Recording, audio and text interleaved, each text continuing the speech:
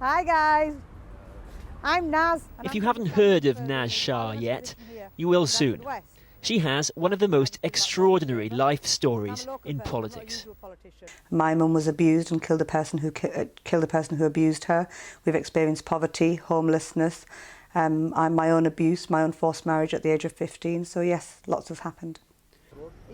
This is who Labour selected a week ago to take on George Galloway in Bradford West. No big deal at first, but that was before she decided to reveal all about her past. And here it is. When I was 6, my dad left my mum for the neighbour's daughter who was only 16 years old. At the age of 8, my mum couldn't buy her own house, so a man bought it for her. At the age of 12, my mum sent me to Pakistan to live there, because she felt that I was at risk of being abused by the man who'd bought the house for us.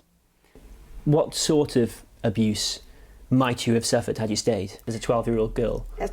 My mum, when she told her story, she told me that she feared that I would have been exploited, sexual abuse. I would have been at risk of being sexually abused by the guy who was abusing her. When I was 15, I had a forced marriage which I was emotionally blackmailed into in Pakistan.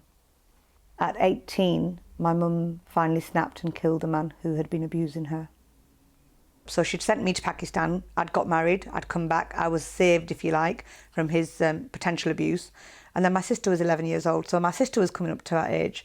And I think my mum had just had enough. She'd come to a stage where she just snapped. She didn't care whether he lived or died. By the time my mum actually gave him the fatal dose of poison which killed the guy, she didn't care whether he lived or died. How conflicted are you about your mother? About what she did and about why she did it? My feelings aren't conflicted. I've reconciled that over the last 23 years. I'm very, very clear that there were failures by the community elders, by the family, my own extended family, by the men in society, by the community in terms of their interpretation and how their views are on women in society, their roles, the role of women. I'm very clear about that. What I'm also clear about is that my experiences have made me the person I am. Incredibly, Naz claims none of that's why she's in politics. The reason, she says, is called George Galloway.